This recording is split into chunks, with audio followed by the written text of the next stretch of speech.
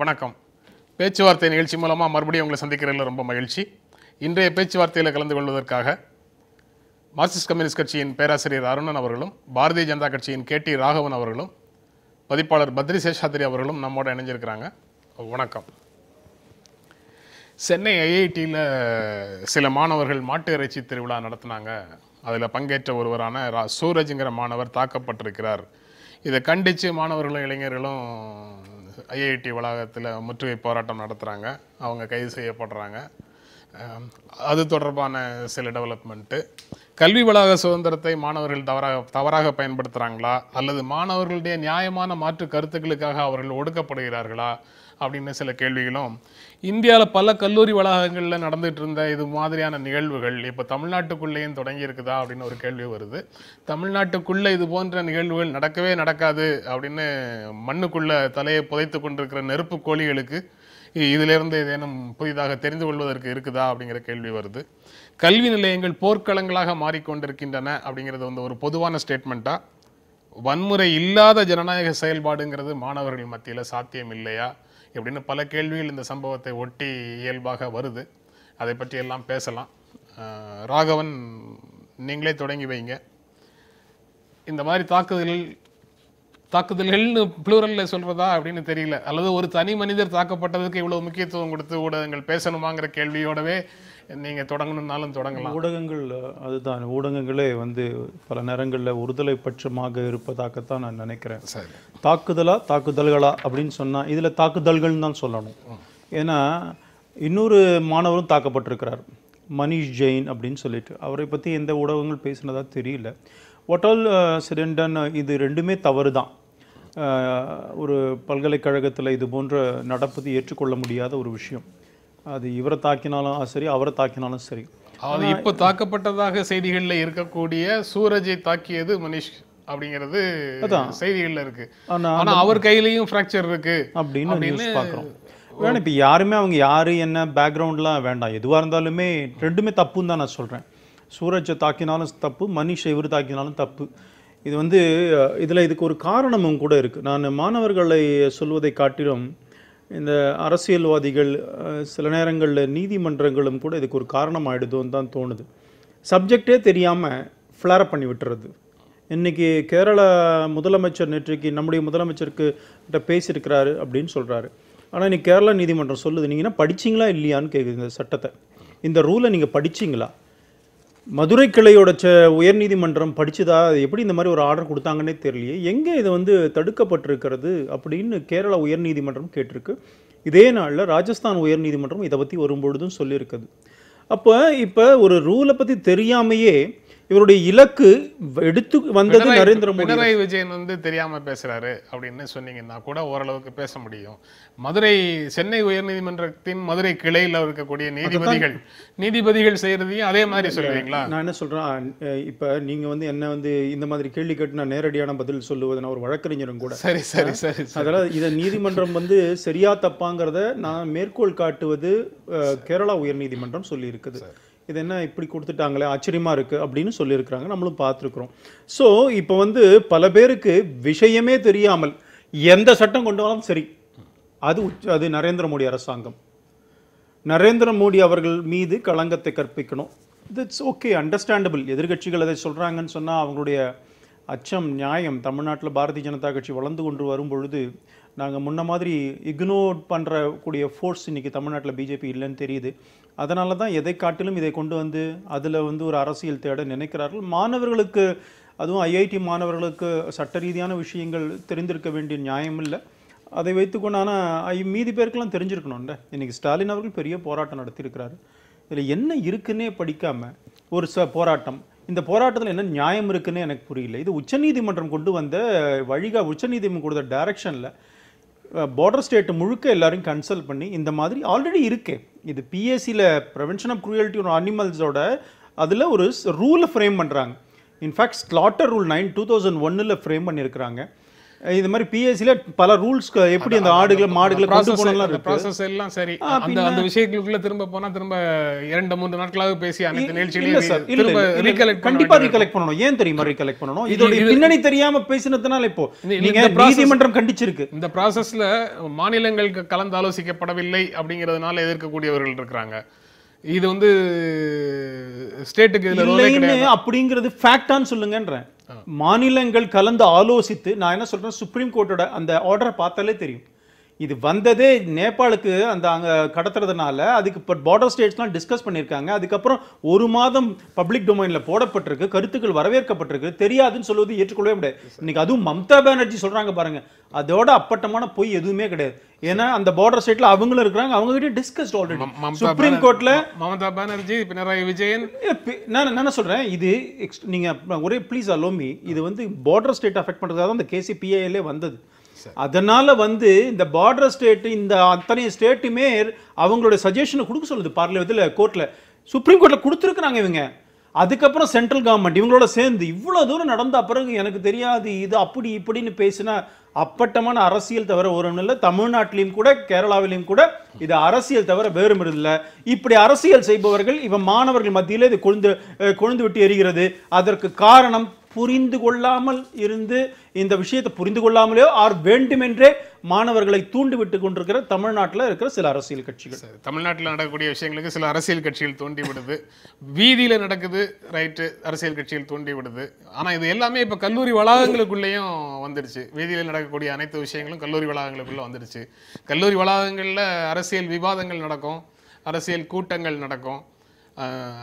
அது அரசியல் புரிதலை மாணவர்கள் பெற்றுக்கொள்வதற்கு உதவியாக இருக்கும். அப்படிங்கிறது போய் அரசியல் கட்சிகள் தங்களுடைய வலிமையை கல்லூரி வளாகங்களிலிருந்து தொடங்குகிறார்கள் அப்படின்னு சொல்லக்கூடிய அளவுக்கு அரசியல் செயல்பாடு கல்லூரி வளாகங்களுக்குள்ள அதிகமாகிட்டே போகிற மாதிரி தெரியுது. இல்லை, நண்பர் ராகவன் வந்து இதெல்லாம் படித்தாங்களா கொண்டாங்களா அப்படின்னு தான் ஆரம்பித்தார். இல்லை, கோர்ட்டு கேட்டாங்க. இருக்க பாருங்க, நீங்கள் பேசும்போது நாங்கள் எல்லாம் பொறுமையாக கேட்டோம். அப்படி கோர்ட்டு கேட்டதை உற்சாகமாக வரவேற்கிற துணியில் தான் சொன்னார். ஆனால் அப்போவே அவர் கேரளா உயர்நீதிமன்றம், ராஜஸ்தான் உயர்நீதிமன்றம் அதெல்லாம் கரெக்டு. ஆனால் சென்னை உயர்நீதிமன்றத்தின் மதுரை கிளை தப்பு. இது என்ன வாதம்? 3ஐயும் சேர்த்து வேணால் சொல்லுங்கள், அதுலேயே அரசியல் இருக்குது. 2வது அம்சம் பாருங்கள், அவர் என்ன சொல்கிறாரு, சரியாக படிக்கல மித்தவங்களும் வேண்டுமென்றே அரசியலாக மோடி அரசு கொண்டு வருவதையெல்லாம் எதுக்குறாங்க. இது வந்து எல்லைப்புற மாநிலங்கள் சம்பந்தப்பட்டது. அப்படி அல்ல, இது இந்தியா முழுவுக்கும் பொருந்தக்கூடிய விதிகளை தான் உருவாக்கியிருக்காங்க.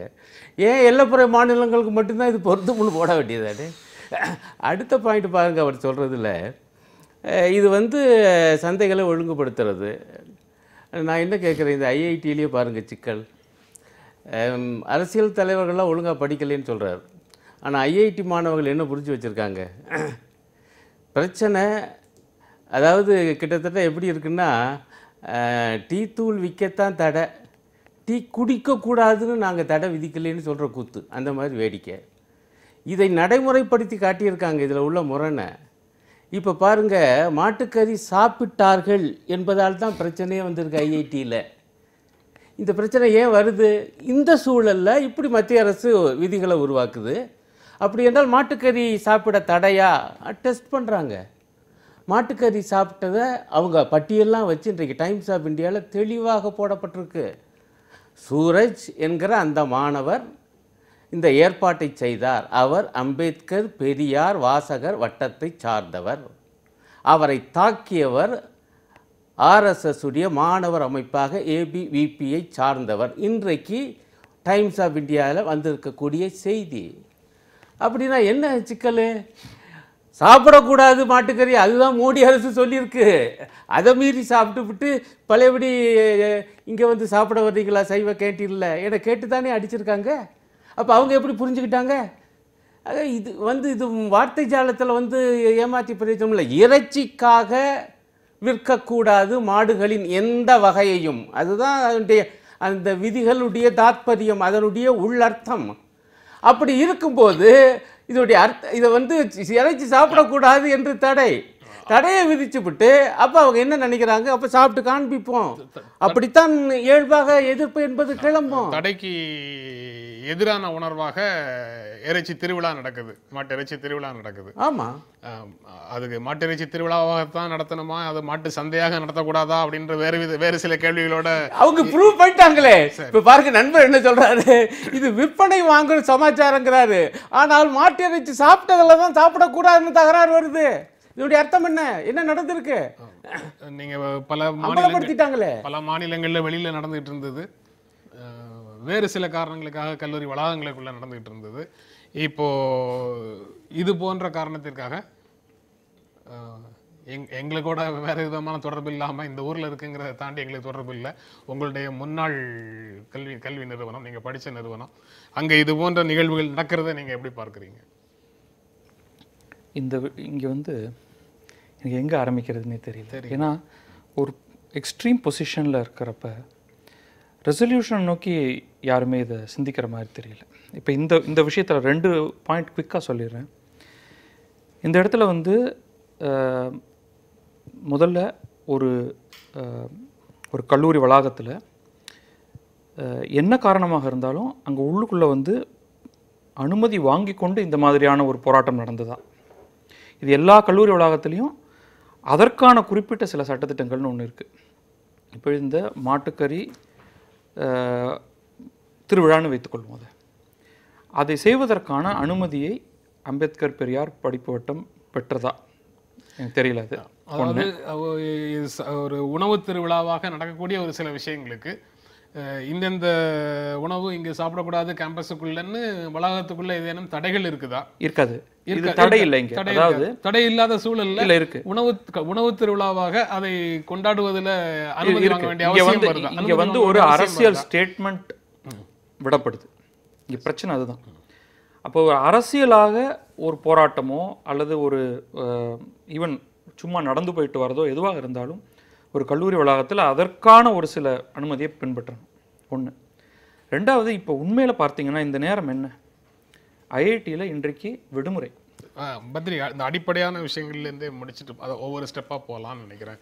நீங்கள் அனுமதி பெறவில்லை, சரி, ரைட்டு. சூரஜ் மற்ற மாணவர்களுக்கு யார் அதை ஆர்கனைஸ் பண்ணாங்களோ அவங்க மேலே கல்லூரி நிர்வாகம் நடவடிக்கை எடுக்கிறத புரிஞ்சிக்க முடியும். கரெக்ட். நீங்கள் ஒரு விழா நடத்துறதுக்காக நான் வந்து உங்களை அடிக்கிறதோ இல்லை, அதான் ஒரு விழா நடக்கிறதுக்காக நீங்கள் வந்து என்ன அடிக்கல சொல்கிறதா என்ன. ரெண்டாவது என்ன நடக்குது இங்கே, நீங்கள் சரியாக தகவல் படிச்சிங்கன்னா இது எது ரைட்டு எது தப்புங்கிறது விட்டுருவோம். ஸ்பெசிஃபிக்காக டாண்டிங் அப்படிங்கிற ஒரு பாயிண்ட்டை நம்ம இங்கே பார்க்குறோம். நீங்கள் திருவிழா நடத்தினப்போ யாராவது தாக்கினாங்களா? இல்லை. அது அஃபீஷியலோ அன்அஃபீஷியலோ அது ஒரு பக்கம் இருக்கட்டும். அதன் பிறகு சம்மந்தப்பட்ட நபர் ஜெயின் உணவுக்கான ஒரு பகுதி என்று ஒன்று இருக்கிறதாம். இது வந்து நான் படிக்கும் பொழுதெல்லாம் அப்படியெல்லாம் ஒன்றும் கிடையாது. உணவு சாப்பிடுவதற்காக ஒவ்வொரு ஹாஸ்டலுக்குள்ளேயும் ஒரு மெஸ் இருக்கும். அது வந்து வெஜிடேரியன் மெஸ் அப்படின்லாம் கிடையாது. அங்கே வந்து மெயினாக தரப்படும் உணவு வந்து வெஜிடேரியன். ஆனால் நான் வெஜிடேரியன் ஃபுட் தனியாக எக்ஸ்ட்ராஸ் அப்படின்னு சொல்லி கிடைக்கும். அதை வாங்கி கொண்டு வந்து எல்லோரும் அதே இடத்துல உட்காந்து தான் சாப்பிட்றது வழக்கம். ஆனால் இப்பொழுது வந்து நிறைய மாற்றங்கள் வந்திருக்கு ஐஐடி மெட்ராஸில். நான் கேள்விப்படும் வரை ஜெயின் உணவு சாப்பிடுபவர்களுக்கான ஒரு பகுதி என்று ஒன்று இருக்கிறதாம். நான் அதுக்கு மேலே வந்து நேரில் போய் பார்த்து தான் நான் உறுதி செய்து கொள்ள முடியும். அந்த இடத்துக்கு இவர் போய் உட்கார்ந்ததாகவும், நீ வந்து மாட்டுக்கறி திருவிழாவை நடத்துகிறாயே, நீ ஏன் இங்கு வந்தாய் அப்படின்று இந்த மனிஷ்குமார் ஜெயின் என்பவர் கேட்டதாகவும், அதன் பிறகு கைகலப்பு நடந்ததாகவும் எனக்கு தெரிந்த தகவல். சரி, ஓகே. கைகலப்பு நடக்கும் பொழுது யார் மேலே தவறு அப்படிங்கிறதுக்குள்ளே நம்ம போக முடியாது. இங்கே பிரச்சனையாக நான் பார்ப்பது வந்து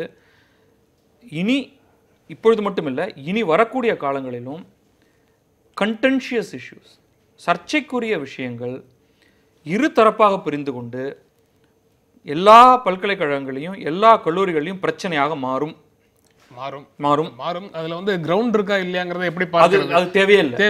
எனக்கு என் மனசுக்கு நான் வந்து என்னோட வீட்ல நான் வெஜிடேரியன் சாப்பிடலாம். இது உணவுக்கு வெளியிலே கூட கேம்பஸ்ல இல்ல, இந்த குறிப்பிட்ட பிரச்சனையில நான் கேம்பஸ்லயே வந்து நான் மாட்டுக்கறி சாப்பிட்டவனா இருக்கலாம். ஆமா, அதுக்காக நான் வந்து எந்த காலத்திலையும் ஜெயின் உணவு கூடத்துக்குள்ள நான் போகவே கூடாது, போனால் என் மீது தாக்குதல் நடக்கும் அப்படிங்கிற மாதிரி ஏதேனும். அது ஒரு ஃபேர் பாயிண்ட். இங்க வந்து நடக்கிறது வந்து அடிப்படையில தன்னுடைய உரிமையை மட்டும் காண்பிப்பதாக எனக்கு படல. இது அதை தாண்டி வேற ஏதோ அதை தாண்டி வன்மம் இல்ல, ஒரு அதான் டாண்ட்ங்கறேன். உணவு கொக்கி போடுறது. இப்போ நீங்கள் வந்து ஒரு இடத்துல நின்று நாங்கள் மாட்டுக்கறியை உண்போம் அப்படின்னு நீங்கள் வந்து பதாகைகள் வைப்பதும் சாப்பிடுவதும் ஒன்று. நீங்கள் சாப்பிட்ற இடத்துக்கு வந்து அதுவும் வந்து ஒரு குறிப்பிட்ட பின்னணியை சேர்ந்தவர்கள் கையில மாட்டுக்கறியோட வந்து அங்க சாப்பிட சொன்னா புரிஞ்சுக்க முடியும். இல்ல இல்ல சொல்றத இல்ல அங்க கைகலப்பு எப்படின்னா அது முதல்ல வாய்க்கலப்புல ஆரம்பிக்குது. அங்க போய் உட்கார்ந்து சில பேச்சுகள் நடந்திருக்கு. இப்போ பாயிண்ட் அதுதான் இங்க. பேசுறது ரைட் பத்ரி. ஆனா நான் அங்க வந்து 4 நாளைக்கு 3 நாளைக்கு முன்னாடி நடந்த ஒரு சம்பவத்துல எனக்கு ரோல் இருக்கு. நான் 2-3 நாள் கழிச்சு நான் உங்க வீட்டுக்கு வர்றதுல எனக்கு என்ன தடை இருக்குது? நான் அங்கு 2 நாள் 3 நாளைக்கு முன்னாடி நான் செய்த இதுக்காக நீங்க எப்படி நிச்சயமா வந்து 2 பக்கமும் இருக்கக்கூடிய இரேஷனாலிட்டி தான் நம்ம இங்க பேசுறோம். சரி, நீங்க வந்து உன்னை நான் இங்கே அனுமதிக்க மாட்டேன் என்று சொல்வதற்கு இவருக்கு உரிமை இல்லை. அதே மாதிரி நீங்க அந்த சென்சிட்டிவிட்டியும் பார்க்கணும். இப்போ என்னுடைய உணவு தடுக்கப்படுதுன்னு பேசக்கூடிய ஒரு சென்சிட்டிவிட்டி மாதிரியே தான் உன்னுடைய உணவு பழக்க வழக்கம் இருக்கிற இடத்துல நான் வந்து உன்னை ஒரு விதமாக வந்து ஒரு தூண்டுதும் விதமாக நான் வரேன், உனக்கு கோபத்தை ஏற்படுத்துவதற்காக நான் அங்க வந்து உட்கார்றேன். எப்படி நான் மாட்டுக்கறியோட அங்க வந்தேன்னா நான் உங்களுக்கு கோபத்தை தூண்டுறதுக்காக வந்தீங்கன்னு நீங்க சொல்றதை நான் முழுக்க ஏற்பேன். நான் வர்றதே வந்து அருணன் கேலியா சிரிக்கிறாரு.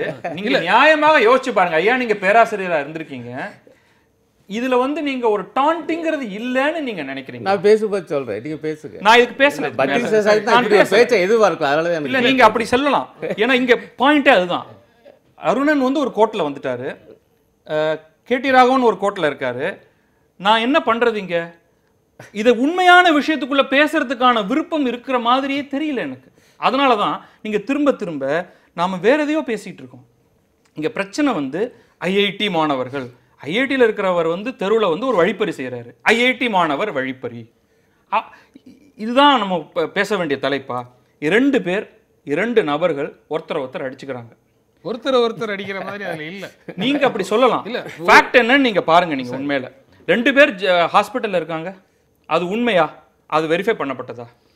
அது நார்மலா வந்து காவல்துறையில ஒரு கம்ப்ளைண்ட் போகும்போது 2 பக்கத்துல இருந்து கம்ப்ளைண்ட் வாங்குற ஒரு பிராக்டிஸ். ஒரு நிமிஷம், அப்ப நீங்க பிரெஜுடிஷியலா நீங்க பேசுறீங்க இல்லையா? பிராக்டிஸ் உண்டா? என்னுடைய பாயிண்ட் வந்து நீங்க இந்த உண்மை வெரிஃபிகேஷன் பண்றதுக்கு முன்னாடியே அதை முன் முடிவாக எடுத்துட்டீங்க இல்லையா? அதாவது அடிபட்ட உடனே வரக்கூடிய தகவல்கள் எந்த பக்கத்துல இருந்து வருது, யார் அடித்ததாக வருது, இது வந்து மீடியா, அதாவது முழுக்க வேறு சார்பில் இருக்கக்கூடிய மீடியாக்களே இந்த ஒரு விஷயத்தை மட்டும். எந்த மீடியா எந்த சார்பில் இருக்கு? எல்லா மீடியாவுடைய சார்பும் எல்லாருக்கும் தெரியும் பத்ரி. அவங்களே வந்து இந்த மாதிரி சூரஜ் தாக்கப்பட்டாருங்கிற செய்தியோட வரும்போது அவர் வந்து ஃப்ராக்சரோட இருக்காருங்கிறது இருக்கலாம். உங்களை அடிக்கும் போது எனக்கு கை கூட ஃப்ராக்சர் ஆயிருக்கலாம். இப்ப வந்து முடிஞ்சிருச்சு இல்லையா? இல்ல இனிமே இதுல என்ன இருக்கு? பத்ரி சொல்றது, பத்ரி சொல்றதுல உண்டான ஃபிளிப் சைட நான் அவர்ட்ட பேசுறேன். அருணன் பேசும்போது அருணன் ஃபிளிப் சைட பேசுறேன். இது மீடியா ட்ரையல் இல்ல, பிரச்சனை இருக்கலாம் அப்படிங்கிறது தானே பாசிபிலிட்டி. இல்ல இங்க பிரச்சனை அதுதான். நிச்சயமாக கண்டென்ஷியஸ் இஷ்யூஸ் வந்துகிட்டே இருக்க போகுது. அது உணவை தாண்டி. சரி, அதோடைய ஒரு அடுத்த கண்டினியூவேஷனா அது கை கலப்பிலும் போகலாம். ஏன்னா இப்போ இங்கே நாம பேசுகிற இளைஞர்கள் எல்லாருமே முரட்டுத்தனமானவர்கள், யாரை வேணாலும் தாக்கலாம். இல்லை, இது வரைக்கும் கல்லூரி வளாகங்களில் எவ்வளவோ பிரச்சனைகள் விவாதத்துக்கு வந்திருக்குது, விவாதங்கள் நடந்துகிட்டே தான் இருக்குது, ஒவ்வொரு நாளும் அது நடந்துகிட்டே தான் இருக்குது அங்கே. ஆனால் ஒரு குறிப்பிட்ட பேட்டர்னில் சில கல்லூரி வளாகங்களில் மட்டும் வன்முறை வருவது அடிதடி நடந்தது எங்க லா காலேஜில் அதான் நடக்குது. இல்லை நீங்கள் வந்து இங்கே வந்து என்ன பேசணும்னா, இந்த மாதிரியான கண்டென்ஷியஸ் இஷ்யூஸ் தொடர்ந்து வரும், இன்னும் அதிகமாக போகுது பலவிதமான விஷயங்கள்ல. அது நேஷனலிசம், இன்டாலரன்ஸ், மாட்டுக்கறி, ரிசர்வேஷன், நீங்க எல்லா விதமான பாயிண்ட்ஸும் எடுத்துங்க, இது நடக்க போகுது. ஏன்னா இது வந்து இதற்கு 2 தரப்பு இருக்கு. அப்ப 2 தரப்பு இருக்கும் பொழுதே இது மேல வரப்போகுது. இல்ல, தரப்புகள் வந்து 2 தான் வகைப்படுத்த, இல்ல 7 கூட இருக்கட்டும், 7 கூட பிரிந்து ஒருவரோட ஒருவர் மோதிக்கொள்ள போகிறார்கள். அது பிசிக்கலாக ஆயிடக்கூடாதுங்கிறதான் நம்முடைய விருப்பம். ஆனாலும் 2 பக்கமும் டாண்டிங் நடக்க போகுது, நம்ம இதை பார்க்குறோம். இதை வந்து நீங்கள் வந்து இதை மறைக்க முடியாது. இப்போ பிரச்சனை நம்ம என்னன்னா, நாம் இதில் ஒரு தரப்பை எடுத்துக்கிட்டு பேசும்பொழுது நம்ம எப்படி பேசணும்? ஒரு தரப்பு சரி, இன்னொரு தரப்பு தவறு அப்படின்னு பேச போகிறோமா? நாங்கள் படிக்கும் பொழுது, நான் 2 பாயிண்டோட முடிச்சிடறேன், எனக்கு அதிகமாக இதில் சொல்கிறதுக்கு ஒன்றுமே இல்லை. நாங்கள் படிக்கும் பொழுது எந்த பிரச்சனையாக இருந்தாலும் டீன் ஸ்டூடெண்ட்ஸுடைய அனுமதி இல்லாமல் நாங்கள் ஒன்றுமே செய்ய முடியாது ஐஐடி மெட்ராஸில். சரி. பத்திரிகைகள் நடத்துவோம். அந்த பத்திரிகைகளில் என்ன எழுதுகிறோங்கிறதும் சென்சார் பண்ணப்பட்டு தான் ஐஐடி மெட்ராஸில் வெளிவந்துக்கிட்டு இருந்துச்சு. இதுதான் ஃபேக்ட். அப்பிலிருந்து தொடங்கி நிறைய ரிலாக்ஸேஷன் நடந்திருக்கு. ஆனால் அதோடைய விளைவு என்னன்னா ரொம்ப கண்டென்ஷியஸான இஷ்யூஸ் கடந்த சில ஆண்டுகளாக வர ஆரம்பிச்சிருச்சு. நான் பார்க்குறது என்னென்னா, இப்போ ஐஐடி மெட்ராஸோடைய அட்மினிஸ்ட்ரேஷன் ஒரு மூளைக்கு தள்ளப்பட்டிருக்கு. அவர்கள் என்ன பண்ண போகிறாங்கன்னா, மாணவருக்கு கொடுத்துருக்கக்கூடிய ஒட்டுமொத்தமான சுதந்திரத்தையும் பறித்து கொள்ள போகிறார்கள். இதோட இதுக்கு மேலே எனக்கு சொல்கிறதுக்கு ஒன்றும் இல்லை. இதுதான் இப்போ ஃபேக்ட் பார்க்க போகிறோம். கல்வி வளாகங்களில் மாணவர்களுக்கு இருக்கக்கூடிய சுதந்திரத்தை பயன்படுத்தி அவங்க வந்து எல்லை மீறுகிறார்கள். இதனுடைய விளைவாக, நான் எல்லை மீறுகிறார்கள்ங்கிறத நான் கோர்ட்டில் சொல்கிறேன், எல்லை மீறுகிறார்கள். இதனுடைய விளைவாக அந்த சுதந்திரம் அங்கு பறிக்கப்படும். இதுதான், இது புதிது ஒன்றும் இல்லை. அதாவது எல்லா இடங்கள்லையும் ஒரு லெவலுக்கு ஒரு சில விஷயங்களை எடுத்துகிட்டு போய் அதுக்கப்புறம் அங்கே இருக்கக்கூடிய வேறு சில உரிமைகளையும் சுதந்திரத்தையும் பறிப்பது தான் பவர் பிளே. அந்த வார்த்தை கரெக்டாக, பவர் பிளேயினுடைய தன்மை அதுதான் இங்கேயும் நடக்க போகுது. நீங்கள் எப்படி பார்க்குறீங்க அதை? அதாவது பறிக்க போகிறாங்க என்ன சொல்வதில் பறிக்கணும் அப்படிங்கிற ஆலோசனை இருக்கும்னு எனக்கு படுது. இல்லை, அது ஒரு எச்சரிக்கை தானே? இல்லை, இது நியாயமான பேச்சே அல்ல. நீங்கள் தயவு செஞ்சு, நான் ஏன் ரொம்ப வேதனையோடு தான் சிரித்தேன். நண்பர் பத்ரிசேஷாத்திரிகிட்டருந்து நான் இப்படி ஒரு பேச்சை எதிர்பார்க்கறதுனால தான் ஒரு வேதனையான சிரிப்பு என்னை அறியாமலே வந்தது. தயவு செஞ்சு யோசிச்சு பாருங்கள். அவரே ஏற்றுக்கொள்கிறார். நாங்கள் படித்த காலத்தில் பொதுவான அந்த சைவ உணவகத்திலே கூட மாமிச உணவுகள் கேட்டு வாங்கி அங்கேயே உட்கார்ந்து சாப்பிடலாம் என்கிற நிலைமை இருந்தது. ஆனால் இன்று அப்படி இல்லை என்பது தான் வந்திருக்கிற தகவல். பல மெஸ்ஸுகள் அங்கே இருக்குது, ஒன்று கூட மாமிச மெஸ் கிடையாதான். That is wrong. இருங்க, கம்ப்ளீட்லி ராங். இருங்க, சரி சொல்கிறேன். கொஞ்சம் ஏன் இப்படி பதட்டப்படுறீங்க? இல்லை, ஏன்னா இப்படி ஒரு கூசாம நீங்கள் ஒன்று சொல்கிறீங்க. ஏங்க எனக்கு வந்த தகவல்னு ஆமாங்க, அதை கவனமாக சொல்கிறேன். நீங்கள் மறுங்க, யாரும் வேணாண்ணா. இப்போ ஒரு தகவலை ஒரு தொலைக்காட்சியில் ஐஐடியில் படிக்கிற ஒரு மாணவர் சொல்லதான் நான் இப்போ திரும்ப சொல்கிறேன். இப்போ நான் அதை பார்த்துட்டு தான் வர்றேன். அவர் தெளிவாக சொல்கிறாரு. பழைய நிலைமை நீங்கள் சரியாக குறிப்பிட்டீங்க, அதனால தான் அதையும் சேர்த்து சொல்கிறேன். இன்று நிலைமை இப்படி இருப்பதாக சொல்லப்படுகிறது, வெரிஃபை பண்ணுங்க. இப்போ நான் என்ன அர்த்தம்? ஏற்கனவே இருந்த சுதந்திரத்தை பறித்தது ஐஐடி நிர்வாகம். Point number 1. இல்லை, இப்போவும் வந்து நான்வெஜ் மெஸ் அங்கே இருக்குன்னு நீங்கள் சொல்லுங்கள், ப்ரூவ் பண்ணுங்கள், நல்லது, நான் வரவேற்க தயார். ஆனால் ஐஐடி மாணவர் ஒரு தொலைக்காட்சியில் தோன்றி இப்படி சொல்லி இருக்கிறார் என்று அந்த தொலைக்காட்சி கீழே செய்தி போட்டு கொண்டு இருக்கிறது. 2வது பாயிண்ட் பாருங்க. அவர் என்ன சொல்கிறாரு? ஐஐடி வளாகத்தில் என்னவாக இருந்தாலும் நிர்வாகத்தின் அனுமதி இல்லாமல் அதை செய்யக்கூடாதுங்கிறார். 50 பேர் சேர்ந்து அங்கே மாட்டுக்கறியை உண்டு இருக்கிறார்கள். பெயர் ஏதோ திருவிழா என்ன போட்டாங்களா இல்லையான்னு கரெக்டாக எனக்கு தெரியல. அந்த பத்திரிக்கையில் வந்து செய்தி திருவிழாங்கிற வார்த்தை வந்துருக்குது. ஒரு உண்ணல் நடந்திருக்கு, ஆனால் சேர்ந்து நடத்தியிருக்காங்க. இதற்கும் அனுமதி பெற வேண்டும் என்கிற விதி இருந்தால் அதை அவர்கள் பின்பற்றி இருக்க வேண்டும். நம்ம சொல்வதில் தவறு இல்லை. ஏன்னா விதி தவறு என்றால் விதியை மாற்ற சொல்ல வேண்டுமே ஒழிய, அது இருந்தால் அதை பின்பற்ற வேண்டும் என்று தான் பேராசிரியர்ங்கிற முறையிலும் நானும் அதை சொல்வேன். ஆனால் பிரச்சனை என்னன்னா, அங்கே எங்கேயுமே வந்து மாமிச உணவு இல்லைங்கிறது கூட இப்போ ஊகிக்க வேண்டியிருக்கு. அதனால தான் இந்த மாதிரி வந்து அவங்க சாப்பிட வேண்டியிருக்குது. இன்னொரு, அப்படியே அவர்கள் விதியை மீறி இருந்தாலும் அதை தட்டி கேட்க வேண்டியது, அவர்கள் மீது ஒழுங்கு நடவடிக்கை அறிவிப்பை செய்ய வேண்டியது ஐஐடி நிர்வாகமே தவிர ஏபிவிபியை சார்ந்த ஒரு மாணவர், அதே போல விவேகானந்தர் பெயரில் இருக்கக்கூடிய மன்றத்தை சார்ந்தவர்கள், இதெல்லாம் டைம்ஸ் ஆஃப் இந்தியாவில் இன்னைக்கு வந்திருக்கிற செய்தி. இவர்கள் எல்லாம் சேர்ந்து போய் அதில் கையில் பேப்பரில் யார் யார் மாட்டுக்கறி உண்ணலில் கலந்துக்கிட்டாங்கன்னு கையில் வச்சுக்கிட்டு, நீங்கள் அங்கே சாப்பிட்டு விட்டு இப்பொழுது சைவ உணவு விடுதிக்கு வரலாமா என கேட்டு தாக்குதல் நடத்தி இருக்காங்க. இதுதான் வந்திருக்கிற செய்தி. தாக்கப்பட்டவரையும் தாக்கியவரையும் இணையாக வைத்து நண்பர் பத்ரிசேஷாத்திரி பேசுவது மிகுந்த வினோதம், வேதனை. நான் என்ன கேட்குறேன், அப்படியே இருந்தாலும் ஒரு வினோதமான ஒரு வாதத்தை முன்வைக்கிறார். என்னன்னா, வேணும்னே கோபத்தை தூண்டுவது போல. என்னடான்னா, முந்தா நாள் மாட்டுக்கறி சாப்பிட்டுட்டு இன்றைக்கு சைவ உணவு விடுதிக்கு வருவது என்பதே அவங்கள தூண்டுவதான். இது எந்த ஒரு நியாயம் என்றே எனக்கு தெரியல. இது என்ன நவீன காலத்துல தான் நம்ம வாழ்றோமா இல்லையா? அப்படி என்றால் அவர் கேட்கத்தான் செய்வார். அவர் சொல்றபடி முதல்ல வாய் கலப்பு வரும், பிறகு கை கலப்பு வரும். அந்த தாக்குதலுக்கு அவர் சொல்லுகிற வார்த்தைகளை கவனியுங்கள். வாய் கலப்பு, கை கலப்பு. என்ன உரிமை இருக்கு வாய் கலப்பு செய்யவே? முந்தா நாள் நான் கறி சாப்பிடுவேன், இன்றைக்கு கறி சாப்பிடாமல் நான் மரக்கறி உணவுக்கு வருவேன், அது என்னுடைய உரிமை. அதை தட்டி கேட்க உரிமை வேறு யாருக்கும் கிடையாது. இது என்ன வினோதம்? அது ஐஐடி போன்ற உயர்கல்வி வளாகத்திலே. ரொம்ப ஒரு இடைவேளைக்கு அப்புறம் தொடர்ந்து பேசலாம்.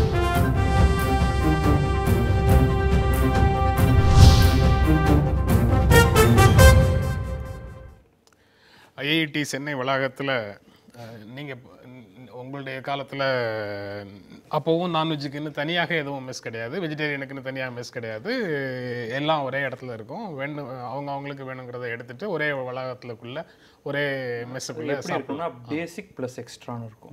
பேசிக் உணவுங்கிறது வந்து அனைவரும் ஒட்டுமொத்தமாக சாப்பிட்றது. அது வந்து அதற்கான காஸ்ட்டை வந்து எல்லாருக்கும் ஈக்குவலாக டிவைட் பண்ணிடுவாங்க. இது வந்து ஒரு ஃபிக்ஸ்டு மெஸ் ஃபீ கிடையாது. ஒவ்வொரு மாதமும் என்ன உணவுக்கு செலவாகிறதோ, எவ்வளோ மாணவர்கள் இருக்காங்களோ அவர்கள் டிவைட் பண்ணுறது. அது வந்து அடிப்படை உணவு வந்து வெஜிடேரியன் தான். அதை தவிர எக்ஸ்ட்ரா அப்படின்ட்டு யார் வேண்டுமானாலும் அதற்கான காசு கொடுத்து தனியாக வாங்கி கொள்ளலாம். அதில் வந்து எனக்கு எல்லா விதமான ஆனால் அதில் பீஃப் இருந்ததுன்னா நிச்சயமாக இருந்திருக்காது. மட்டன், சிக்கன், ஃபிஷ் இதெல்லாம் இருக்கும். அது ஒவ்வொரு நாளைக்கு ஏதாவது ஒரு உணவு இருக்கும். அது நீங்கள் காசு கொடுத்து அவர் பேசிக் உணவு என்னவோ அதை வாங்கிக்கிட்டு அதோட கூட இதையும் வாங்கி வைத்துக்கொண்டு சாப்பிடுவார்கள். அதற்கான செலவு தனியாக கணக்கீடு செஞ்சு அதை அவங்களுக்கு கொடுக்கணும். அது இன்றைக்கு அங்கே இருக்கக்கூடிய உணவு முறை எப்படி மாறி இருக்குன்னா, அங்கே வந்து ஒரு சென்ட்ரலைஸ்ட் சில இடங்கள் இருக்குது. அப்போ வந்து ஒவ்வொரு ஹாஸ்டல்லையும் உணவு இருக்கிற மாதிரி அதை தவிர தனியாக பல இடங்கள் இருக்குது. ஏன்னா அங்கே நிறையா விரிவாக்கம் வந்துச்சு, நிறைய மாணவர்கள் வந்துட்டாங்க. அப்போ அவர்களுக்கான உணவு வந்து அந்த ஹாஸ்டல் முறையை தாண்டி உங்களுக்கு இருக்குது. அங்கே வந்து நான் தொடர்ந்து போனது இல்லையே தவிர என்னுடைய ஞாபகத்தின்படி அங்கே நிச்சயமாக அனைத்து விதமான உணவுகளும் கிடைக்கிறது. அது இதெல்லாம் கடை, நீங்கள் வந்து காசு கொடுத்து வாங்கி சாப்பிடக்கூடிய கடைகள் எல்லாமே அங்கே உள்ளே இருக்குது. இதுக்கு மேலே எனக்கு தெரியாது. அதனால நான் அவர் சொன்னார் இவர் சொன்னார் நான் எதுவும் சொல்ல போகிறது இல்லை. நீங்கள் சொல்கிறதுலேருந்தும் அவர் சொல்கிறதுலேருந்தும் புரியக்கூடியது ஒன்று, அது சரியா தப்பாங்கிறது தெரியல. எப்போவுமே தனியாக வெஜிடேரியன் மெஸ்ஸு நான் வெஜிடேரியன் மெஸ்ஸுங்கிறது கிடையாது. இப்போ சொல்கிறபடி பார்க்கும்பொழுது ஜெயின் பகுதி கவனமாக பாருங்கள், வெஜிடேரியன் இல்லை, ஜெயின்களுக்கான உணவு பகுதி என்று ஒன்று இருப்பது போல தெரிகிறது. அது இந்த இதில் அவ்வளோதான் நான் சொல்ல முடியும். செய்திகளில் வரும். மற்றபடி வெஜிடேரியன் நான் வெஜிடேரியன் ஃபுட்டை உள்ளே கொண்டு வராத போன்ற பொதுவான இடங்கள்லாம் அப்படி எதுவும் இருக்கிற மாதிரி தெரியல. ஜெயின்களுக்கான தனியான ஒரு இடம், அதற்கான ஒரு சில கட்டுப்பாடுகள் ஒருவேளை இருக்கலாம், எனக்கு தெரியாது. இது மாதிரி ஒரு கிரைசிஸ் வரும்போது, இந்த மாதிரி ஒரு சர்ச்சை வரும்போது, அது தொடர்பாக மாணவர்களுக்கு இடையில வரக்கூடிய மோதலை எப்படி பார்க்குறீங்க? நீங்கள் வந்து சூரஜ் வந்து தாக்கப்பட்டாரா அல்லது தாக்கினாரா அப்படிங்கிறது வந்து ஒரு விவாதத்துக்குரிய விஷயமாகவே நீங்கள் உங்கள் கன்டென்ஷன் படியே வச்சுக்கிறேன். தாக்கப்பட்டிருந்தாலும் தாக்கியிருந்தாலும் அந்த தாக்குதல் கண்டனத்துக்குரியது அப்படின்னு சொல்ல முடியுமா, முடியாதா? சொல்லிட்டேன் நான். அதாவதுங்க, நான் சூரஜுங்கிற அந்த நபரை பற்றி மாத்திரம் நான் பேசலை. 2 பேரை பற்றியும் அங்கே வருது. நீங்கள் சூரஜை பற்றி மாத்திரம் சொல்கிறீங்க, நான் இந்த மனிஷ்னு ஒரு பற்றி நாங்கள் படித்ததை சொல்கிறோம். கையில் வச்சிருக்கிற செய்திகளில் எங்களுக்கு வரக்கூடிய செய்திகளில் மனிஷ் வந்து இவரை தாக்கினார்ங்கிற செய்திகள் தான் எங்களுக்கு வருது. அதை வச்சு நாங்கள் பேசுகிறோம். எதுவாக இருந்தாலும் நானே சொல்கிறேன், அப்படி பேச முடியாது. அப்படி பார்த்தா எல்லாருமே குற்றவாளி தான். முதல்ல நடந்தவனே போலீஸ்கார்ட்ட போய் முதல்ல கம்ப்ளைண்ட் கொடுத்தாலே அவன் தான் நல்லவன், எதிர்த்து இருக்கிறவங்க வந்து குற்றவாளிங்கிற மாதிரிலாம் தீர்ப்பு நம்ம முடிவு பண்ண முடியாது. ஓகே, அது வேண்டாம், இப்போ அந்த இஷ்யூக்கு வரல. இப்போ இந்த வெறும் உணவுனால தான் இந்த கான்ஃப்ளிக்ட்லாம் வருதுன்னு நினைக்கிறீங்களா? அதையும் தாண்டி இருக்குன்னு தான் நான் நினைக்கிறேன். இது வந்து முக்கியமான சட்டம் நிச்சயமா ஒரு ஐடியாலஜிக்கல், ஆனால் இது ஒரு ஃப்ளேர் அப் பண்ணுற ஒரு ஏரியா அப்படின்னு ஃப்ளேர் அப் பண்ணுறதுங்கிறதோட, அதாவது சில பேர் தோற்றுக்கொண்டிருக்கிற ஒரு சில பேர் இப்படி தான் பண்ணுவாங்கங்கிறது தான் என்னுடைய இது. சில சித்தாந்தங்கள் இப்பொழுது நாடு முழுவதும் மக்களால் புறக்கணிக்கிற அதே தான். அதாவது கருத்தால் எதிர்கொள்ள முடியாதவர்கள் வன்முறையை நாடுகிறார்கள் அப்படின்னு அவங்க சொல்றாங்க. இப்பவும் சொல்றேன், அவங்க சொல்றாங்க நீங்க தோற்றுக்கொண்டிருக்கிறவர்கள் இது போன்ற எதிர்ப்பு திருவிழாவை நடத்துகிறார்கள், எதிர்ப்பை காட்டுகிறார்கள். இல்ல சார், நான் என்ன சொல்றேன், உங்களுக்கு சாப்பிடுவதற்கு எவ்வளவு உரிமை இருக்கோ நான் அதை சாப்பிடாம இருக்கிறது எனக்கும் உரிமை இருக்கு. நீங்க என்ன இன்சல்ட் பண்றேன்னு நினைச்சு நீ எங்க பக்கத்துல உட்காந்து சாப்பிடு, என் மேல வந்து உட்காந்து சாப்பிடுவாங்கிறது அது வந்து உங்களோட இன்டென்ஷன். சாப்பிடுவார் எங்க வேணா சாப்பிட்டு போகலாம், அது ஒரு 600 ஏக்கரோ 500 ஏக்கர்ல இருக்கிற ஒரு இதில் போய் இங்கே வந்து உட்காந்து சாப்பிடணும்னு அவசியம் இல்லை. இல்ல, அங்க அவருக்கு உரிமை இருக்கு. நான் ஒன்று சொல்கிறேன், நீங்க எங்க வேணா போட்டோம், அவருக்கு உரிமை இருக்கு. ஆனா இந்த கேஸ்ல வந்து தாக்குதல் நடக்கும்போது அவர் அங்க வந்து சாப்பிட்டாரு டிஸ்கஷனுக்கே சொல்கிறேன். நான் என்ன சொல்கிறேன், இதெல்லாம் வந்துங்க அங்கே வந்திருக்கிறாரு, ஏன் வந்திருக்காருன்னு கூட பார்க்கணுங்கிறேன் நான். அவருக்கு வருவதுக்கெல்லாம் உரிமை இருக்கட்டும், வேண்டாம்னு சொல்ல, எல்லாருக்கும் எல்லா ரைட்டும் இருக்கட்டும். அப்புறம் எதுக்கு சட்டத்தில் வந்து ஃபண்டமெண்டல் ரைட் இருந்தாலும் கூட அது ரீசனபிள் ரெஸ்ட்ரிக்ஷன் ஒன்று கொடுக்குறாங்க. ஒரு இன்டென்ஷன் பிஹைண்ட் திஸ், அதுதான் நான் பார்க்கணுங்கிறேன். எதுவாக இருந்தாலுமே கூட இன்றைக்கி வந்து ஐஐடி மெட்ராஸில் இது ஒன்றும் இல்லை, போன வருஷம் கூட இதே மாதிரி தான் பிரச்சனைகள்லாம் வந்தது.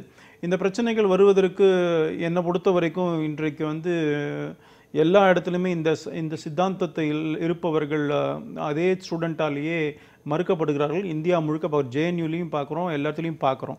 இன்றைக்கி நான் இன்னைக்கு பார்த்த அலிகர் முஸ்லீம் யூனிவர்சிட்டியில் வந்து ஹிந்துஸ் வந்து இந்த ரம்ஜான் பீரியடில் அவங்க வந்து தனியாக போய் எங்கேயோ உட்காந்து சாப்பிடணும், இல்லாட்டி சாப்பிட்றதுக்கு அவங்களுக்கு அனுமதி இல்லைங்கிறதெல்லாம் வருது. இதுவும் தவறு.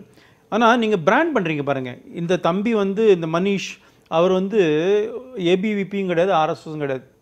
அவர் ஒரு மாணவன், சூரஜ் மாணவன்னா இவர் மாணவன், சூரஜ் தான், இவர் தான் இஸ் கிளைமிங் அவர் வந்து அந்த பெரியார் அண்ணா என்னது பெரியார் அம்பேத்கர் அப்படிங்கிறார். சூரஜ் அப்படி கிடையாது. எங்களை பொறுத்த வரைக்கும் அவர் ஏபிவிபியும் கிடையாது, அவரும் அவங்களோட டீமும் சொல்லியிருக்காங்க, நாங்களும் சொல்கிறோம் அவர் ஏபிவிபிக்கும் அதுக்கும் சம்மந்தம் கிடையாது. அதனால அது நடந்ததுன்னு சொன்னால் உங்களுக்கு என்ன எதாக இருந்தாலும் பிராண்ட் தான் சொன்னேன். எதை கொண்டு வந்தாலும் மோடி மேலே பழிய போகிற மாதிரி ஸ்டூடெண்ட் கம்யூனிட்டியில் எது நடந்தாலும் அது ஏபிவிபி தான் இவங்களுக்கு. அந்த மாதிரி போகிறாங்கன்னா அது ஏபிவிபி அங்கே இப்படி தான் வளரணும்னா வளர்ந்துட்டு போட்டோம், நம்ம என்ன சொல்ல முடியும் அதுக்கு மேலே. நீங்க வந்து அமைப்பு சாராத நபர்கள் எல்லாரையும் நீங்க வந்து ஏபிவிபின்னோ அல்லது விவேகானந்தா மன்றத்தை சேர்ந்தவர்னோ பிராண்ட் பண்ணி அதில் அரசியல் ஆதாயம் அடைய பார்க்குறீங்க. அதாவது என் நண்பர் நல்லா சொன்னார், நான் அதை ஏற்றுக்கொள்கிறேன். அதுனா எனக்கு ஒரு உணவை உண்ண எப்படி உரிமை இருக்கிறதோ அதே போல் இன்னொருவருக்கு அதை உண்ணாமல் இருக்கிற உரிமை உண்டு. அதை நான் பூரணமாக அங்கீகரிக்கிறேன். ஆனால் நாட்டில் நடப்பது என்னன்னா, நான் விரும்புகிற உணவை உண்ணக்கூடாது என்று அரசாங்கமே நேரடியாகவோ அல்லது மறைமுகமாகவோ கட்டுப்படுத்துகிறது, வற்புறுத்துகிறது என்பதுதான் நாட்டு நடப்பு. என்ன இந்த பாருங்க, இதானே அர்த்தம். இந்த சொல்றேன், இறைச்சிக்காக சொல்லுங்க, நான் சொல்ல வரேன், நீங்க இருங்க. இறைச்சிக்காக மாடுகளை விற்க கூடாதுன்னா என்ன அர்த்தம்? மத்திய எங்க எந்த இடத்துல விற்க கூடாது? எங்க மாட்டு சந்தையில விற்காதீங்க, அதத்தாக சொல்றோம். விஷயம் அவ்வளவுதானுங்க. மாட்டு சந்தையில விற்பாங்க, இது நம்ம மாட்டு சந்தையில இறைச்சிக்காக விற்க கூடாது. அவர் வாங்குறவர் வந்து இறைச்சிக்காகத்தான் வாங்குறாரா என்று விற்கிறவர் பார்க்கணும்னு நீங்கள் ரூல் போட்டிங்கன்னா என்ன அர்த்தம்? அதுதான் நான் மீண்டும் சொல்கிறேன். நான் வந்து மாடை விற்கக்கூடாதுன்னு தான் சொல்கிறோம், மாட்டுக்கறி சாப்பிடக்கூடாதுன்னு சொல்லலைன்னு. இது ஒரு புத்திசாலித்தனமான வாதமே ஒழிய இது ஒரு ஏமாற்று வித்தை. அதைத்தான் அந்த உதாரணம் சொன்னேன். நீங்கள் டீ தூளை விற்கவே அனுமதிக்க மாட்டீங்க. கேட்டால் டீ குடிக்கலாமேனா எப்படி நான் டீ குடிப்பேன்? சரி, தயவு செய்து இந்த இல்லை நான் முடிச்சிடறேன். அவர் இந்த பாயிண்ட், அந்த முதல்ல சொன்ன பாயிண்ட் கரெக்டு. நம்ம வந்து யாரையும் இந்த உணவை சாப்பிட்டே ஆக வேண்டும் என்று வற்புறுத்தவில்லை, வற்புறுத்தக்கூடாது. ஆனால் நான் விரும்புகிற உணவை நான் சாப்பிடக்கூடாது என சொல்லுகிற உரிமை எந்த ஒரு அமைப்புக்கோ ஏன் அரசாங்கத்துக்கோ கூட கிடையாது, இருக்கக்கூடாது என்பது என்னுடைய அழுத்தமான கருத்து. இப்ப தயவு செஞ்சு ஒரே நிமிஷம் கேட்டுட்டு திரும்ப. சரி, அதாவதுங்க கூடாது என்பது நான் மாத்திரம் சொல்லலை. நீங்கள் வந்து ஏற்கனவே 3 நாள் டிஸ்கஸ் பண்ணிட்டீங்கன்னா அதனால தான் அந்த சப்ஜெக்ட் நான் வரல.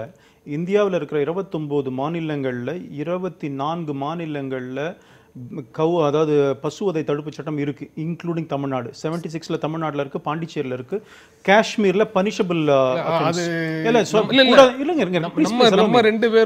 நேரடியாக சம்பந்தப்பட்ட உங்களுக்கு தெரியும். அதனால இப்ப கூடாதுன்னு இருக்கான்னு சொன்னா சட்டத்தில் இருக்கிறது, கூடாதுன்னு இருக்கிறது. அப்போ கூடாதுன்னு இருக்கிறது ஏன் சார்? அப்புறம் வந்து ஐபிசியில் 428லையும் 429 செக்ஷன்லையும் இந்த மாதிரி ஒரு விலங்கையோ ஒரு எந்த அனிமலையோ நீங்கள் வந்து அடித்தாலே குற்றம், பனிஷபிள் அஃபென்ஸ், 5 years அது இருக்குது. எதுக்காக இருக்குது? எதுக்கு வந்து வைல்டு லைஃப் ஆக்டில் உங்களுக்கு ஒன்று சொல்ல விரும்புகிறேன். ஒரு மரத்தில் கூடு கட்டிட்டு இருக்கிற அந்த புறாவையோ இப்போ ஏதாவது ஒரு அந்த இது பறவையோ அதை அந்த கூட்டை கலைச்சாலே punishable offence, criminal offence under wild fact இருக்குது. சரி, எல்லாமே இருக்குது. இல்ல, அது நீங்க point வந்து நான் இல்ல, அவரே பேசிட்டு இருந்தா என்ன வேறொரு நிகழ்ச்சியில இதே மாதிரியான விஷயங்கள் சில காலத்துக்கு முன்னால நடக்கும்போது அவர் 1976 தமிழ்நாட்டுல இதே போன்ற ஒரு அரசாணை இருக்குது அப்படின்னு சொல்லி சொன்னாரு. அதை நான் பார்த்தது இல்லை அப்படின்னு சொன்னேன். நிகழ்ச்சி முடிந்ததுக்கு அப்புறம் உனக்கு காட்டுறேன் அப்படின்னு சொன்னாரு, காமிச்சாரு. அது அடுத்த நாள் நிகழ்ச்சியில நான் அவர் நிகழ்ச்சி முடிந்ததுக்கு அப்புறம் அதெல்லாம் உண்மை. அது மட்டும் இல்ல, தமிழ்நாட்டுல அப்படி ஒரு அரசாணை இருக்கு, பல மாநிலங்கள் அது இருக்கு என்பதை யாரும் மறுக்கல. தயவு அடுத்தால பேச விடுங்க. எங்க கருத்து நீங்க போடுகிற சட்டங்கள் எல்லாம் சரி என்று ஒருத்தர் ஏற்கனவே அவசியம் இல்லை. கருத்து சுதந்திரம் இருக்குங்க. நீங்க ஒரு சட்டம் கொண்டு வர்றீங்க, அந்த சட்டம் சரியா தப்பா நாங்க வாதம் பண்ணலாம். இந்த நாட்டுல என்ன கூத்து நடக்குது? ஆடு வெட்டி சாப்பிடலாம், கோழி வெட்டி சாப்பிடலாம், இருக்குங்க. மீன் சாப்பிடலாம். இன்னும் சொல்லப்போனால் சில உயர் ஜாதியினர்கள் கூட வங்காளத்தில் மீன் சாப்பிட்றாங்க.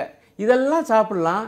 ஆனால் மாட்டுக்கறி மட்டும் சாப்பிடக்கூடாது என்று சொல்வது இல்லாஜிக்காக இருக்கு. இது உங்களுக்கு பிடிக்கலைன்னா நீங்க சாப்பிடாம இருங்க. தயவுசெய்து அடுத்த ஆள் பேச விடுங்க. ஆனால் சாப்பிட விரும்புகிறவங்களை தடை செய்யக்கூடாது. சட்டம் இருக்கிற காரணத்தினாலே இன்னும் கூட ரொம்ப நுணுக்கமாக பார்த்தா அதுலேயும் கூட அது ஒரு வித ஏமாற்று விட்டதான். வதை செய்யக்கூடாதுன்னு தான் அந்த சட்டத்தில் இருக்கே தவிர மாட்டுக்கறி சாப்பிடக்கூடாதுன்ற அந்த தமிழ்நாட்டு அரசாணையும் இல்லை. நான் அதை படிச்சுட்டேன். கறி சாப்பிடக்கூடாதுன்னு எங்கேயும் இல்ல, தமிழ்நாட்டு அரசாணையிலும் இல்லை.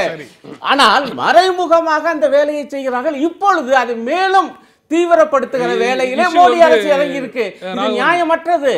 இன்னும் சொல்லி 2 பாயிண்ட். இது இந்த மாதிரி தடை செய்வது என்பது நிச்சயமாக கிராமப்புற பொருளாதாரத்தை, விவசாயிகளுடைய பொருளாதாரத்தை கடுமையாக பாதிக்கும். அதே போல தோல் தொழிற்சாலைகளை கடுமையாக பாதிக்கும். நேற்று அறிக்கை வந்திருக்கு, 1200 தோல் தொழிற்சாலைகளும் 8 லட்சம் தொழிலாளர்களும் இதனால் பாதிக்கப்படுவார்கள் என்று அந்த சங்கம் அறிவிச்சிருக்கு. இது மிகப்பெரிய பொருளாதார பிரச்சனையும் கூட.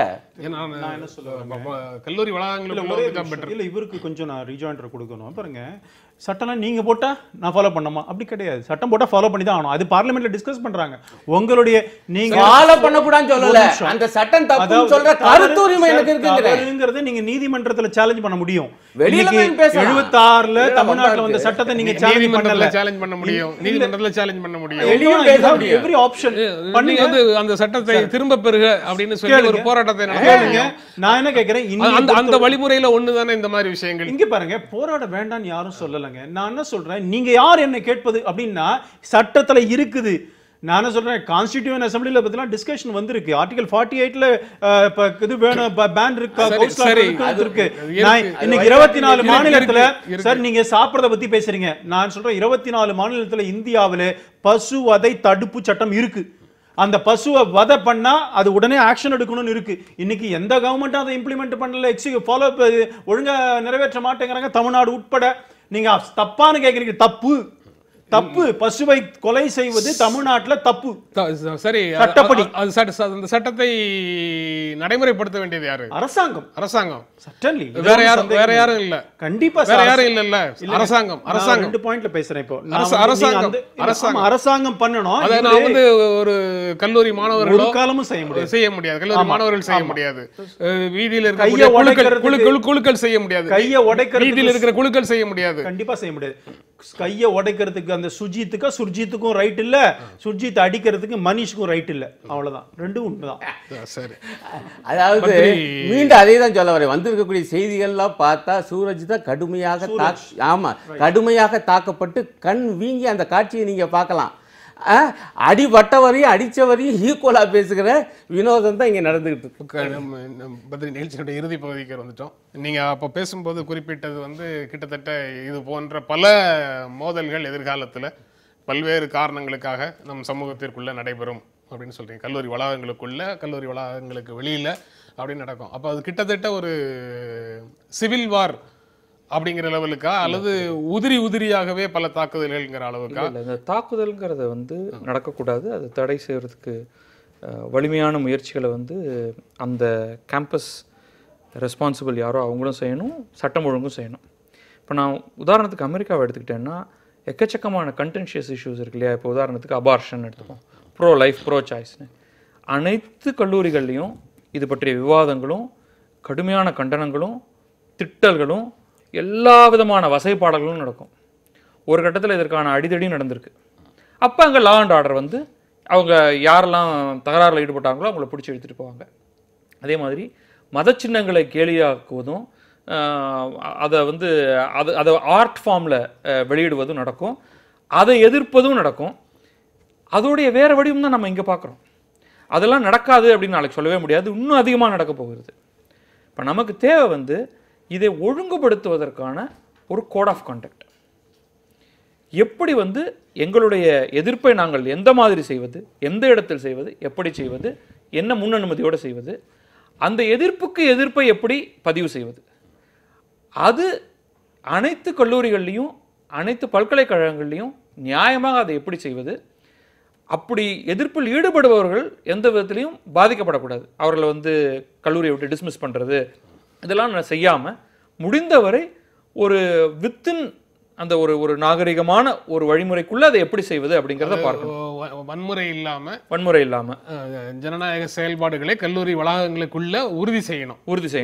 அது கல்லூரி நிர்வாகம் உறுதி செய்யணும். அதே சமயத்துல கல்லூரி நிர்வாகத்தை ரொம்ப சிக்கல்ல ஆழ்த்தக்கூடிய மாதிரியான ஒன்றை செய்வதற்கு கொஞ்சம் மாணவர்களும் யோசிக்கணும். மாணவர்கள் வந்து இதை செய்த காமிக்கணும் நம்முடைய எதிர்ப்பை அப்படின்னு முடிவு பண்ணாங்கன்னா கல்லூரி நிர்வாகத்தை வற்புறுத்தி அதற்கான இடத்தை பெற்று அந்த இடத்துல சரியாக செய்தால்தான் இது ஒழுங்காக இருக்கும். இல்லாட்டி என்ன ஆகும், இது எக்ஸ்ட்ரீம் ஆளாளுக்கு ஒரு காரியத்தை செய்ய ஆரம்பிக்கும் பொழுது அந்த கட்டுப்பாடை இழக்கக்கூடிய கல்லூரி நிர்வாகம் நிச்சயமாக வேறு திசையில் தான் அவங்க கொடுத்துருக்கக்கூடிய சுதந்திரத்தை கட்டாயமாக பறிப்பார்கள். எனக்கு இங்கே கூட இதுதான் நடக்க போகிறதுங்கிறது எனக்கு வந்து ஒரு சந்தேகம் வருது. அருணன், உங்களுடைய கருத்து? அதான் நண்பர் வந்து மீண்டும் மீண்டும் கட்டாயமாக சுதந்திரத்தை பறிப்பார்கள்னு சொல்லுவது என்பது கல்லூரி வளாகத்துக்குள்ள உள்ள சுதந்திரம் மட்டும் அதில் பறிப்போகிறதாக எனக்கு தெரியல. அதான் வளாகத்தை விட்டு வெளியில இது போன்ற வன் செயல்கள் நடந்துகிட்டே இருந்ததுன்னு வச்சுக்கோங்க, அது உள்ளுக்குள்ள ஒரு சிவில் வாரா வர்றதுக்கோ அதை ஒட்டி வந்து மிக கடுமையான கருப்பு சட்டங்களை அரசு கையில் எடுத்துக்கொள்வதற்கோ ஒரு திசையை நோக்கி அது போவதற்கான அனைத்து சாத்திய கூறுகளும் இருக்கு. பத்ரி வந்து வளாகத்துக்குள்ள சொல்லக்கூடிய விஷயங்கள் வந்து வெளியில வேறு விதமாக நடப்பதற்கான வாய்ப்புகள் இருக்குது. இல்லை அதாவது மீண்டும் மீண்டும் அதான் பிரச்சனை வருது. பாதிக்கப்பட்டவங்க யாரு, பாதிப்பை உருவாக்கியவங்க யாரு என்றெல்லாம் பார்க்க மாட்டோம், நாங்கள் 2 பேரும் சமம்தான் என்று வாதம் பண்ண அது இப்படி தான் வந்து நிற்கும். நான் என்ன கேட்குறேன், பிரச்சனையுடைய ஆரம்பம் என்பது மோடி அரசு உருவாக்கிய அந்த விதிகள். அவங்க சொன்னது வந்து என்னன்னா, இந்த மாதிரி விற்பனை இறைச்சிக்காக இருக்கக்கூடாது, ஆக இவ்வளவு கட்டுப்பாடுகள் என்பது.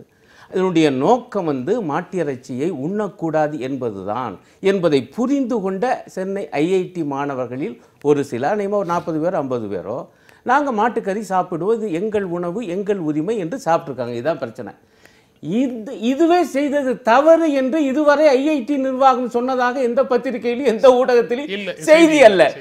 வினோதம் என்னன்னா, இதே ஐஐடிக்குள்ள வந்திருக்க பத்திரிகை செய்தி நீங்க குறிப்பிட்டது போல ஜெயின்களுக்கு என்று தனியாக ஒரு உணவகம் இருப்பதாகவும், இப்ப வேறு எல்லாமே வந்து சைவ உணவகமாக இருந்த காரணத்தினாலும் அது விடுமுறை என்கிற காரணத்தினாலும் இவர் போய் அங்க போய் சாப்பிட போயிருக்காரு.